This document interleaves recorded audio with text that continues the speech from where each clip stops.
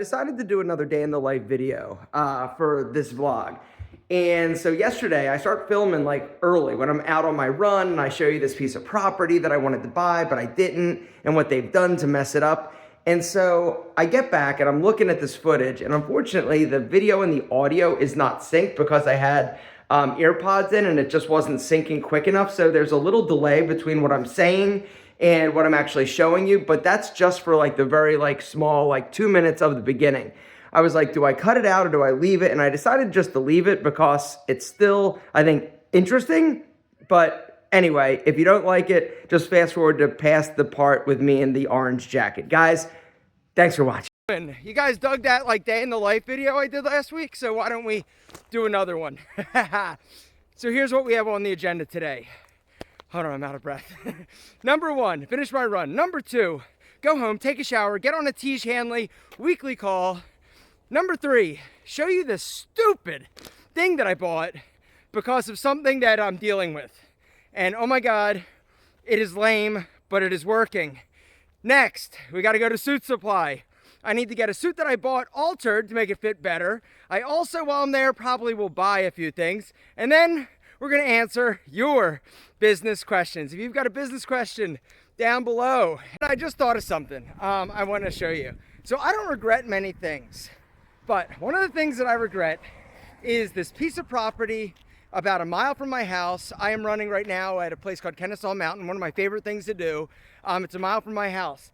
There was this piece of property that was basically on this incredible road, and it's industrial, and it was for sale. The guy was trying to sell it for like $1 million, and I'm like, nah. And granted, it was during the time that I was building my house, but it's literally, I think it's like 3 acres, all right? And it's right here. And so a few months ago, I reached out to the guy and I said, hey, are you interested in selling it? Because I was thinking, hey, someday I might want to build like a warehouse for Pete and Pedro. And he's like, oh, he actually said, no, is it a passion project? I'm like, no, it's not a passion project. I'm a capitalist. I'm like, what are you talking about? So anyway, he started to develop this. It used to be like trees and stuff, but he is doing this big, huge, ugly stone rock retaining wall. Now, some people are like, oh, it doesn't look that bad. Listen, it is terrible. Like, seriously. Like, look at this thing. Look at this. Look at this. How ugly is this? Like, I think it offends my sensibilities. But it's a big, beautiful piece of property, and I could kick myself for not snatching this thing. Even if I wasn't going to build something like right now, this is one of those things that I regret not buying when I had the opportunity. For the record, that wall doesn't need to be there. It's not technically a retaining wall. He just basically, when he was grading the property, had all these like rocks and stones that he uncovered, and so instead of paying to have them shipped off or bringing them to the back of the property, he did that up front on the roadway, and I just think it is the most butt ugly thing, and like I said, it offends my sensibilities. Cool things I could do with that 3 acres. I could have built a warehouse park, rented them out, cash flow. I could have done an office park. I could have done so many things. I could have even rezoned it and done like townhomes or something. And just to give you a little context, that road that lot is on is also right here, where you've got all these big, beautiful old homes, and then the square, Marietta Square, is literally right like 100 yards that way. And so, incredible location. Damn! All right, guys, so here is the suit in question. Do I need to get it altered? All right, it's a chocolate brown with a tan. I guess we'd call that a chalk stripe because it's a little bit thicker than a pinstripe. It's a double-breasted suit. I really loved it when I saw it in the store, and there was actually a sales associate that had it on. I was like, damn, it's amazing. Unfortunately, I bought a 38 short as opposed to a 36 short, and so I need to know, actually, let me just try it on. All right, so check it out. Pants, I think they're good, right? Pants look good. I wish they were a little bit thinner through the leg, but whatever, I think they're fine. It's the jacket, right? That's the thing that just feels a little bit too big. I know that the style now is a little bit roomier of a jacket, but I just feel like it's just a little too, honestly, it's just a size too big. And so I think we're gonna go to Suit Supply, see if they can tailor it and make it fit a little bit better. Spearhead it based off of But before we go to Suit Supply, I've got a call with Tej Hanley every Friday. We have a leadership call talking about the different things that we're dealing with, things that we're trying to accomplish, and really diving deep into AI and this whole like Claude bot thing. If you guys aren't familiar, do a little research. But it's amazing in terms of just helping with analysis and all sorts of different things. This AI thing is just crazy. And it's one of those things where you're either going to get on board with it, figure out how you can leverage it and use it, or you're going to fall behind and get your ass kicked by companies that actually do. So I'll be on this call for an hour, and then I got to show you this weird thing that I bought. I'm telling you, it's crazy. During the period this was live. So don't tell anybody, but I shower when I'm on this call. The pop-up change that we did. If they didn't do the tiers, don't tell anyone. Pretty stingy as well on meta performance, and Polar is showing like... What? They can't see me. This is another edition of which we're bringing into the winter flash sale with some headline adjustments. Won't go into any more detail here because Maddie and Ellie will touch on the rest of it. Focus on credibility and a strong first impression. Yeah, to piggyback off of what they both were done. This product, the best. We launched our it's called Thick. It's a hair thickening cream. Super exciting. Amazing. Super strong start. It makes the show just feel so much more elevated. Oh we yeah. are also settling. I think you'll do really well because it's obviously a short form video, but he's a model, so with the eye cream that he's planning to promote, it'll be like, oh, a model's using that. It's like, okay, I need to get on that.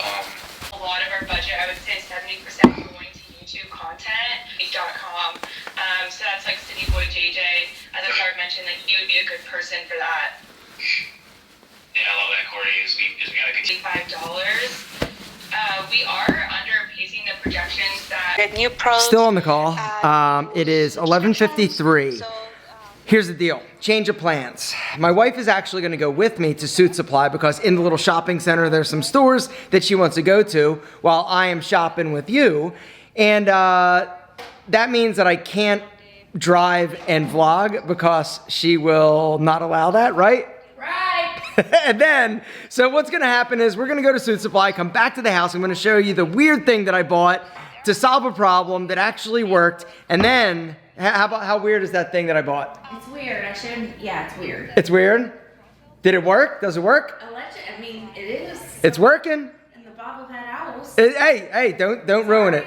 Anyway, you gotta see this. And then I'm gonna sit down and answer your business questions. Guys, if you've got a business question down below, start it with business question. And also, I wanna know, do you like these like vlogs? Do you like this? Like last week was kind of a vlog. This is definitely more vloggy. Maybe I'll turn this channel into like a vlog / business question thing. I don't know. I'm having fun filming. I hope you guys are enjoying watching me just do normal, stupid shit. All right, gentlemen, so just got finished with the call. We've been in the car, and it's 12:30, almost at Suit Supply. We're in Buckhead. How was the call, sweetie? I give it a 10. 10. It was a great call. Lots of good things happening. It's very exciting time at Tej Hanley. And yeah, I look forward to these calls every week. But as you can see, I tend to multitask because, well, that's what I do.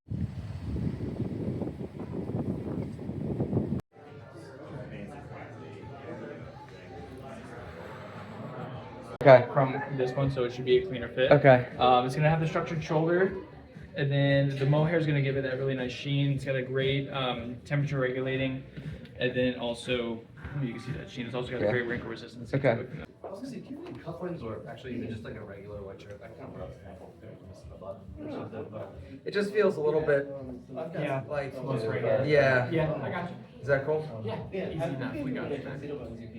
yeah. Do you think the sleeves are too long? It would be like a ½ centimeter. Then don't worry about it. Just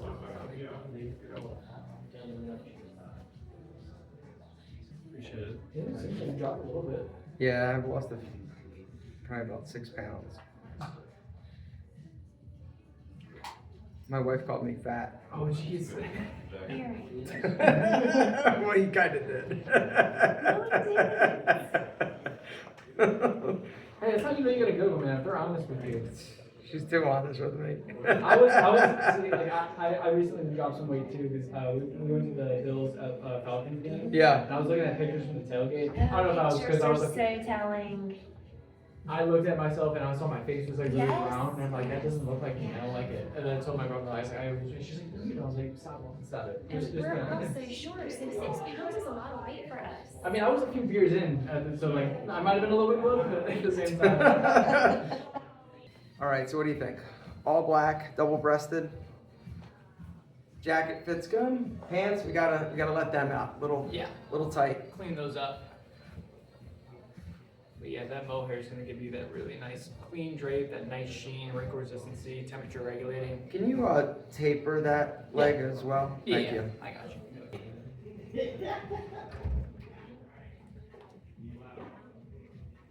Like that. Yep. Seat wise, we'll go. Yeah, we'll go like +2, +3. Yep. +2 or +3?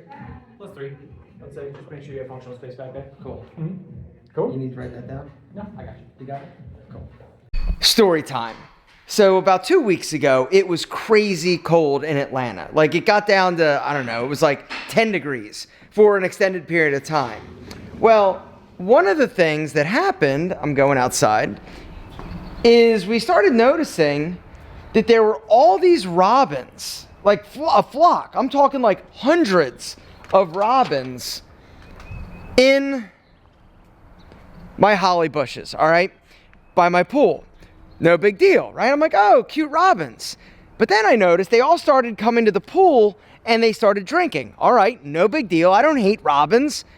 Until I noticed that they were crapping everywhere. I'm talking hundreds of piles of purple poop on my limestone. And so I'm like, oh my God, I'm like, is it gonna stay? So what basically for like 3 days, twice a day, I would come out here, I would hose off that pool deck and then I would scrub it with that broom, right?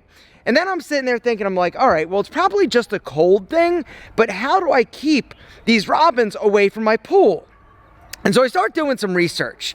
And what I found is that robins apparently are scared of owls, all right? And so I got a 2-pack of owls. I put them out there, but I'm like, I need something more. I need something extra. And apparently they are also scared of like shiny reflective things. And so I bought this contraption on Amazon.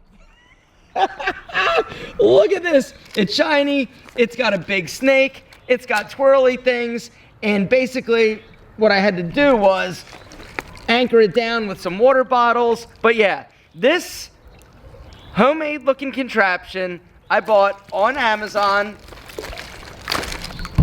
for $100. And guess what? 0 bird poop. And so it worked. Now, does it look a little ghetto? The answer is yes. Do I care? The answer is no. All right, bottom line is I don't want birds shitting on my pool deck. I told my friend this problem and he's like, that's a 1% problem. I'm like, it is, but it doesn't matter. All right, so like I was mentioning, if you have a business question down below, start it with business question and ask.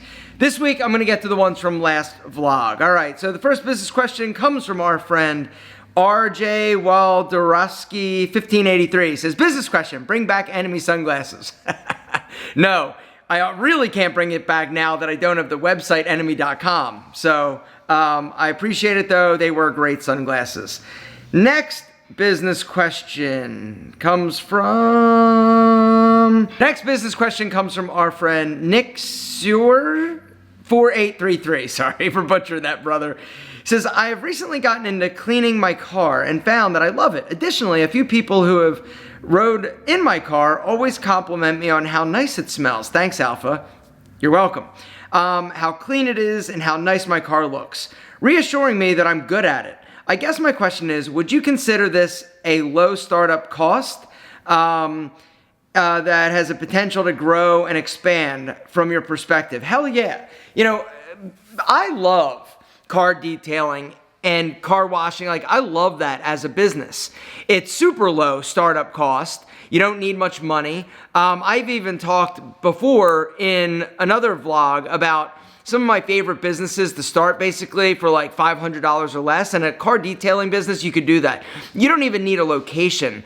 And you could target like specific, like people, like doctors, go to their office, do a few cars at once, and knowing that they probably have a spigot outside of their building, so you just bring a hose and you can do the whole thing. I love the idea, and yes, I think there's huge opportunity. And then the other cool thing is that once you build the business, then you hire people to help you, and then eventually you are just managing a team of people that are going out. It really is a great, great, great idea. I love auto detailing because people that have nice cars want to keep them nice. And if it's somebody like a doctor, lawyer, business person, they have the money. What they don't have is a lot of time, and they don't want to spend their days or their weekends going to the car wash or washing it themselves. And so I love the idea. Great idea.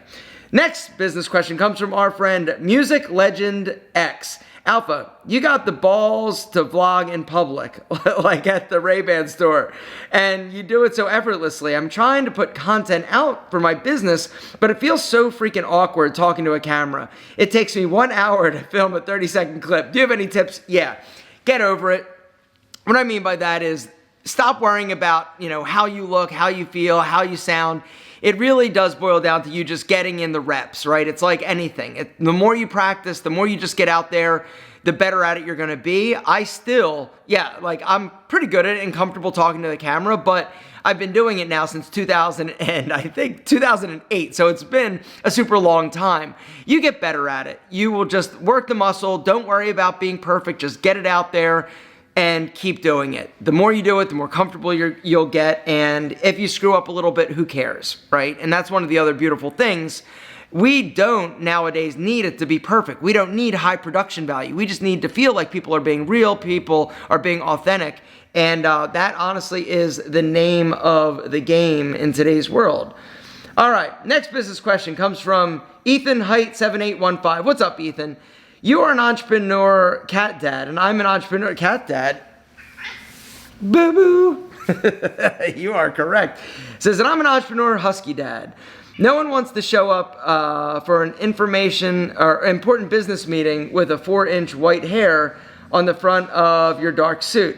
I used to keep lint rollers everywhere, every room of my house, my car, my office, my rental units, even a small one in the pocket of my jacket. Unfortunately, they tend to pull at the fibers of my suit and sweaters, and the residue can make it more prone to hair later on. What tools can a successful fur dad use to relocate the fur baby's love glitter and keep you looking sharp? And so, so we, as a household, have lint rollers literally everywhere. As you know, I like to wear black. As you probably know, I hate hair. I hate lint. I hate fuzz.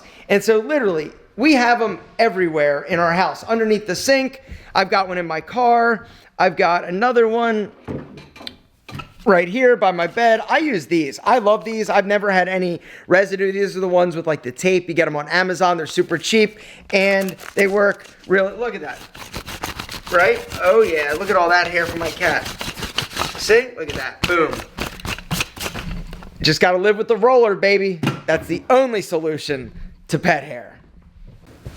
The next question comes from our friend Fox Miller 2029. Can you talk about how wiring money to China is connected to your business when ordering your products from China, and how much money do you send to China in order to receive your products for your business videos or blah, blah, blah. Okay.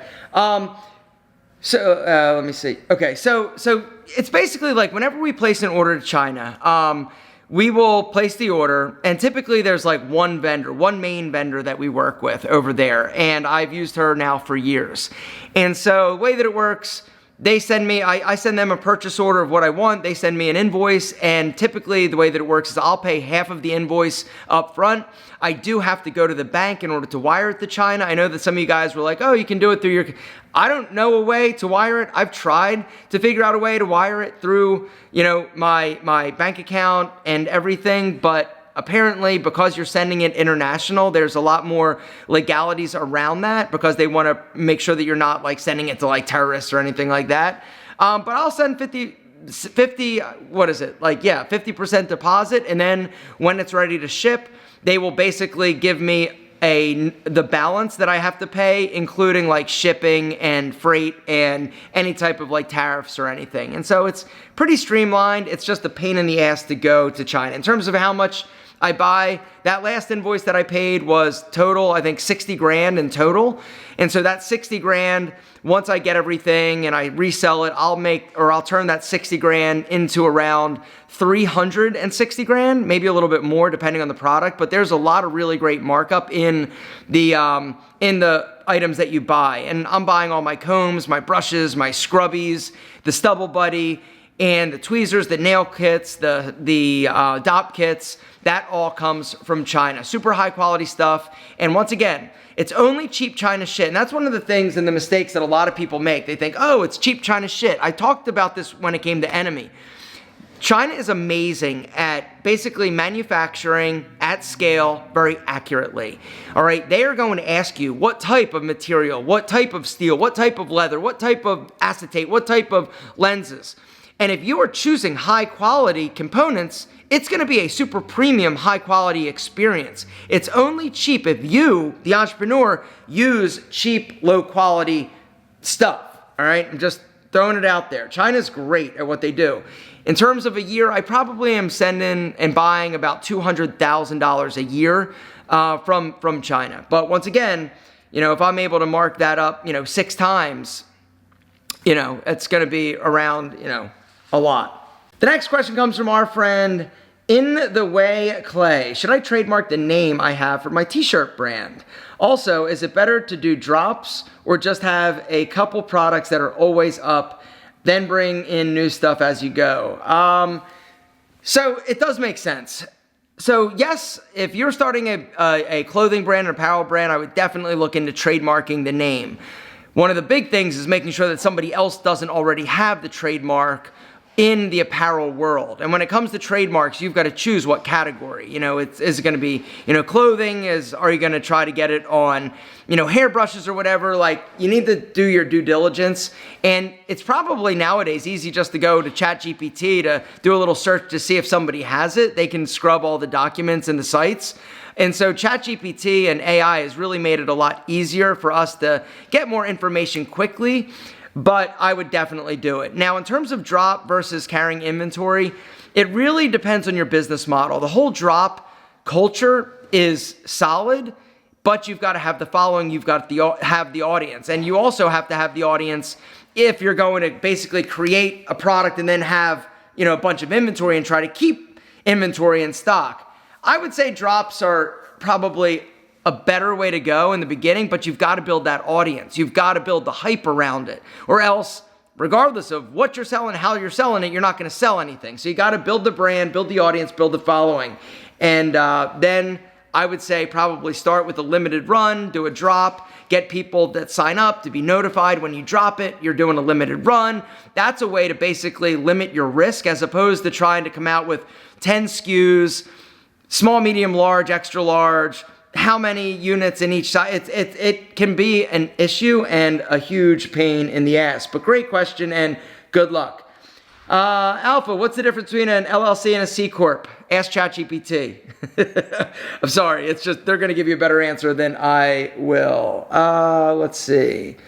The hate you get is from constant histrionic. Somebody said that I'm only successful because I yell and scream and scam people.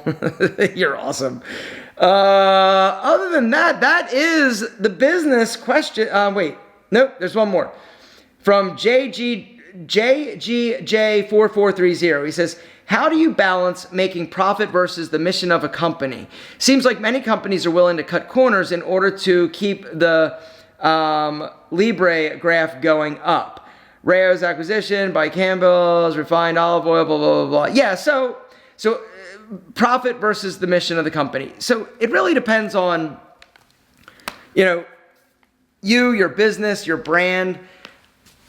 And it's challenging though, right? You want to make sure that you are maintaining a healthy profit margin. If you don't have one, you're not going to be in business. You need profit margin in order to do all the things that you need to do, like marketing. Not to mention, hiring and, rent. You need all the margin in order to do that. The problem is that costs have been going up significantly over the course of the past like 5 years. And every year we get a message from our vendors, our labs, and even China like, hey, there's a 2%, 3%, 4%, 5% increase this year on all the things that you were buying. And so the trick is, when do you basically pass along that cost to your customer? At Pete and Pedro, I am very, very reluctant to pass on costs. I eat a lot of expenses that I probably shouldn't, because I feel like there is a degree of price sensitivity depending on what you're selling. And so, with Pete and Pedro, I have, my sea salt spray, I believe is, what is it, like $20? It's been $20 for a long time.